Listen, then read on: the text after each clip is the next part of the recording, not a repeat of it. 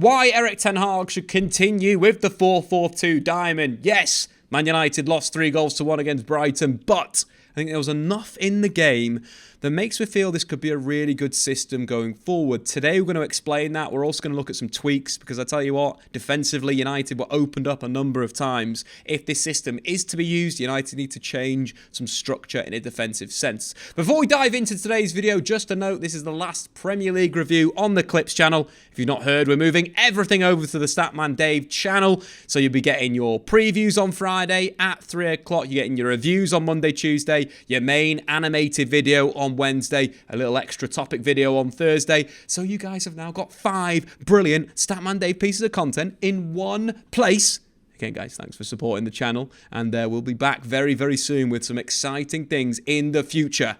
But let's talk football. Manchester United, a diamond. Who would have thought it could be the way to get the best out of Ten Hag's squad? I think the really hard thing to talk about Manchester United at the moment, this was not the plan in pre-season. This potentially could have been a variation that United had played in certain games. But United now have got humongous issues. Jadon Sancho won't apologise to Erik Ten Hag, so he's been dumped into the reserves. And Antony is back in Brazil, which means Man United don't have a right winger. So the natural thing for United to do is play a diamond. They've got enough quality in that midfield area to really stretch teams.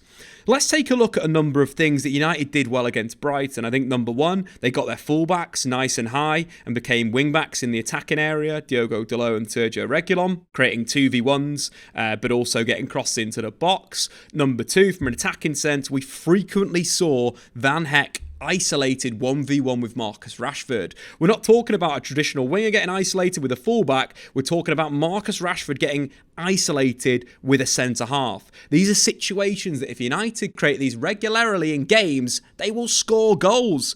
I do like the 4-4-2 diamond. I think it also gets the best out of both of the forwards. I think Højlund and Rashford both probably aren't ready to be playing by themselves in the Premier League. Together as a partnership, their skill sets really work together. So let's take a look at a number of clips, kind of the good things that Man United did. Yes, I do know they lost, and it was embarrassing. I was at the game. I was very, very frustrated. Did a very angry tweet after the game.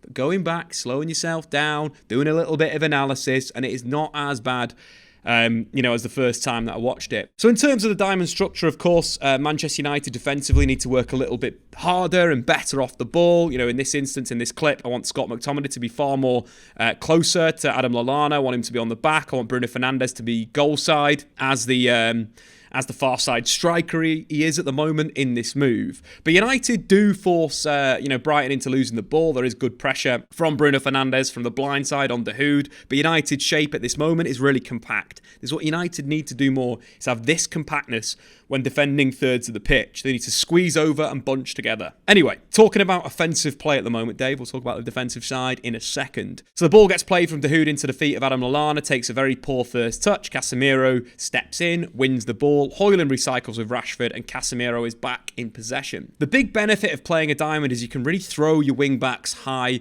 up the pitch. Diogo Dalot is a good attacker. His delivery is good. He's good 1v1. And we see this in this instant. Casemiro clipping a ball out. Diogo Dalot on the attack. The other thing with this is not only have you got your fullbacks high, in an area where they can put the ball in the box, but you're also isolating them 1v1 with a winger. Matoma's trapped Diogo Dalot, which gives him a good 1v1, nice little step over, explodes on the outside, and a brilliant low cross into the box. But just note how many Man United attackers are in there. There's 4 Man United players: Scott McTominay, Bruno Fernandes, Marcus Rashford, and Højlund. That is the other benefit of playing the diamond, is that you can basically throw both strikers in the penalty area, the number 10, and then one of the central midfielders. Of course, this time it was Scott McTominay getting into the box, but you're creating bodies in an area. The more bodies you put in the box, the more likely you're going to get rebounds, the more likely you're going to get the ball falling to you in certain moments. I like that from the diamond. Of course, this is a really good ball into the box with Diogo Dalot. Rashford peels off. It's a nice little run,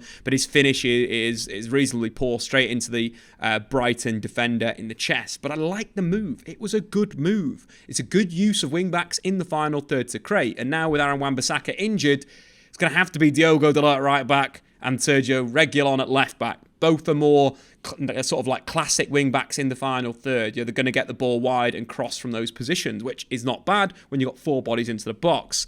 Let's move forward and talk about that other idea that we spoke of. That's Marcus Rashford being isolated with the opponent's centre-backs. This is exactly where you want Marcus. Casemiro finding Rashford with the ball into feet. Again, Reguilon's joining the attack as a 2v1 on Van Hecke. Rashford could play the ball down the line to Reguilon and, look to get into the penalty area. Or what he does in this move, simply cut inside and his effort was deflected and it hit the bar. But this is a really good situation. United haven't had these types of situations that frequently under Erik Ten Hag. A 2v1 on the opponent's centre-back defending a wide area. Positivity. I like that a lot. Of course, Marcus Rashford's decision-making in this game could have been better, but this was the right sort of choice in this move to get a shot on goal. Let's move forward to another situation, this time Victor Lindelof playing that long switch up to Marcus Rashford. And again, Rashford receiving the ball behind the opposition's line. This time he's 1v1 with Veltman, beats him with ease, drives into the penalty area, crashes a shot just over the bar. There's 2 very, very good situations where Rashford is isolated 1v1, cuts in and gets shots away. Moving forward to other parts of the game, again with 2 centre forwards, one big thing that we mentioned is you can have interplay. You can play the ball into the feet of one forward who can link with the other forward. Here we have it with Højlund receiving into feet, a fantastic first touch to open himself up, and then sliding Rashford into a similar situation that we've seen before. That's him being 1v1 with Van Hecke.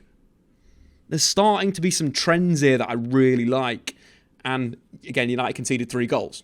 We're going to talk about that in a minute. But these situations, 1v1, with Reguilon on the overlap, the big thing with Rashford here is he needs to start to understand Højlund's movement. There's a great clip of last season of Lookman being in a similar area for Atalanta, drove the ball wide, low cross into the box, Højlund slid in. I think Rashford sees him at this moment, but he just makes the wrong decision. He drives and gets a shot away, whereas he should be playing that across for a Højlund tap-in, and that will get Manchester United back into the game. But it's another moment created by great link play, isolating Rashford in a wide area with the centre-half, and then he should be looking for the pass. There's 3 moments there where United probably should have come away with 2 goals. So it's not all doom and gloom. Moving to another situation, this is the goal that was ruled out because the ball went out of play.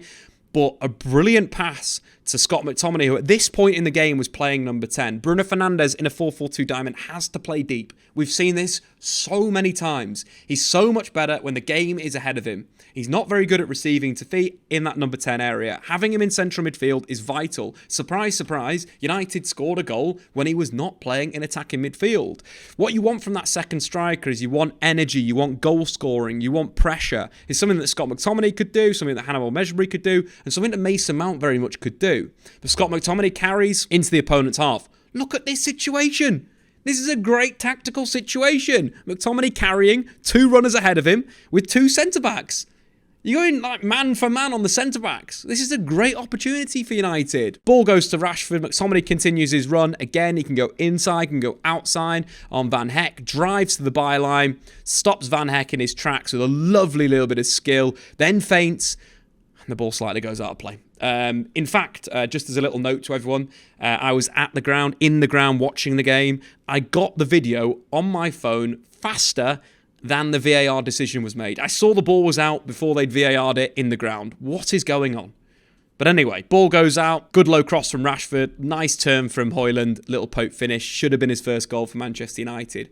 Unfortunate, but good situations created by carries, created by runners. Again, the advantages of a 4-4-2 diamond. There's enough to see here to think this could be the one going forward with United's current injury problems and squad. This is simple stuff. But probably now we're going to have to move on to the negative side of the game. So we spoke about the positive side, how Manchester United utilised the front 2. They utilised isolating Marcus Rashford in the channel with Van Hecke. These are good things. The speed from Reguilon, Diogo Dalot in the final third, attacking, pulling their winger back. The issues United had was they didn't adapt to Brighton. Brighton adapted well in the game.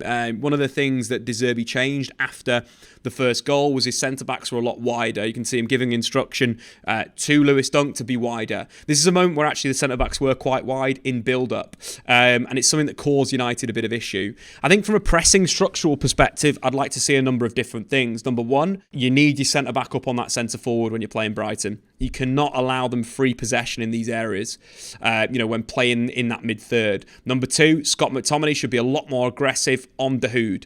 I want to commit man for man in this moment. You leave the fullback free on this left side because you're going to filter Brighton back down that side. That's something United are not doing enough. They're not filtering the opponents when they're in possession, which leads them to, have a much easier life on the ball. When we're talking about that, so we can kind of have a little bit of a tactical setup here. So, you've got Pascal Gross in the middle with the possession right now. Bruno's going to deal with him. Højlund's on Dunk, and you've got Christian Eriksen sitting a little bit wider. The man that, obviously, Scott McTominay's got two jobs. He's got to kind of deal with that out wide, but he's got to deal with Dahoud inside. For me, I'd rather him deal with Dahoud and go and track Dahoud into that position, because you're going to try and force Brighton to play on the left side of their pitch. You're going to cut this pass out. This pass can only be with potentially dropping it back to Steele and Steele clipping a ball out there, which would give you enough time with the flight of the ball for Scott McTominay to get over there and press. That's what United should be doing in this moment, but they're just too slow. They're too slow and laboured to react to this, which leads to Brighton's brilliant first goal. And I like this from Højlund. I think this is good. Look, Højlund's doing the right thing. He's pressurising on the outside. He's squeezing the play down back to the goalkeeper to make them play on the left-hand side of Manchester United's shape. Again, McTominay could be a little higher. But this is a weird moment. I don't really know what Bruno Fernandes is doing here. I think I understand what he's doing, but at the same time, for me, if Scott McTominay's high on Dahoud, he doesn't need to worry about Dahoud. I think that comes in a second. Steele takes a touch, which opens up two passing lanes. He could hit a reverse to Dahoud, or he could play Pascal Gross. Pascal Gross is the simple option that United need to stop. If Steele plays that pass into Dahoud's feet, congratulations. You've beaten our first line and we need to get back and we need to be aggressive. But that's some brilliant football out the back. Bruno, I think he shifts his body thinking that Steele's going to play that reverse to block that pass lane, but it opens up the easy one. And that's what you don't want. Hence why I think Scott McTominay's got to be touch tight on Dahoud. Bruno doesn't need to worry about that. He can just deal with Pascal Gross. Problem sorted. Because the problem evolves and it results in a goal. United's lines are broken. Number one, the forward line needs to be far more aggressive in these positions. The way that Rashford doesn't really get aggressive with Pascal Gross, he allows Pascal Gross to simply play, isn't good enough. He needs to be far more aggressive in that situation. This is just something United need to do, or they're just not going to beat teams like Brighton. If they're not aggressive from that when their press gets broken, this should be like alarm bell moment. Like, we've just had the press broken, we've got to get back into shape, into structure. Walking around. Ball out to the fullback. Now, again, we're not in a bad position. One of my recommendations for Manchester United is them to drop into a 4-4-2. Press in a high shape, in a diamond, but when the opponent either gets into the mid-third, where Brighton are right now, United need to drop back into a 4-4-2. Casemiro needs to be, in that wide position as he is, McTominay inside, and then either Højlund or Bruno Fernandes in this instance dropping back into a 4-4-2 shape. Leaving the two strikers into, these defensive positions. United were very, very open in the 4-4-2 diamond in their own half. The best teams in European football all defend in a 4-4-2. I don't understand why we don't do it. City won the Champions League. They defend in a 4-4-2. Defend in a 4-4-2. Be transitional. Bruno could, from number 10, could either drop wide, could drop inside to sit next to Casemiro. It's very, very simple. And it would sort a lot of problems out. And this is why I think the diamond is a good thing, because there's little tweaks you can make to this shape and structure that would be okay. Drop back into a 4-4-2 shape. It's literally the best defensive shape. Anyway, back to the goal. Lack of pressure on the ball again. Similar thing. Pascal Gross has literally got the freedom of Old Trafford. Little touch, little roll back. He's just chilling. Why has nobody smashed him? Why has Marcus Rashford not put more pressure on him? He's literally having just a time of his life. And it leads to situations when there's no intensity. It means that Brighton can slow you down. There's already a tactical situation problem we've got at the moment. And that will be Danny Welbeck in a second. Bruno's a little bit aggressive. Probably doesn't need to make that. If we're defending in the 4-4-2, if he's sitting in the inside position, have him sit in central midfield here. If McTominay's tucked in, he's just sitting here, allowing the two strikers to deal with this number 8. Simple. Because the issue United have now is that the narrowness of this front three, we're not covering anything. We've got no coverage. With De Zerbi playing wide, centre-halves in certain passages of play, it's so simple for them to play through. Like, that pass is absolutely on. And if United have got better coverage across from their midfield three, if it's a midfield four, as I mentioned, as soon as they get to the mid-third, drop into a flat four, we're absolutely fine again. We're okay, because that pass is on. The other big thing, as I mentioned previously, like, the centre-back really needs to be aggressive. Needs to be sat on him. Needs to be on his back. You cannot let Brighton just do that. Like, it's just criminal. Absolutely criminal from Lisandro Martinez. You've got to be aggressive. But they're at Old Trafford. Give him a kicking. And that's the problem. Look, the overload comes from just allowing Brighton to play. You can't allow them to play. You know, either we sort this out where Reguilon defends wider. We fully shift over at a 4-4-2 to the left-hand side of the pitch. Reguilon's dealing with the right back. Lisandro's on Dingara. And Victor Lindelof's on Danny Welbeck. We're still fine. We're man for man at the back. We're fine. But it's so easy for Brighton to play up, back, through. Up, back. And we've taken out 3 players. And now we've got a huge problem. 2v1 in the wide area. There's so much space from out there. Again, if we mention the tactics I said, Sergio Reguilon should be out there closing that down. Lisandro Dingara. Victor Lindelof would have dealt with Danny Welbeck. Diogo Dalot needs to be a little bit more central in this move. And it stops this problem. And then why are we not playing offside? Like, what are we doing? We're allowing the players to have a freedom in the centre of the park. In front of our defence. We're not aggressive on it. We're not playing offside. The positioning of Lisandro is very, very poor.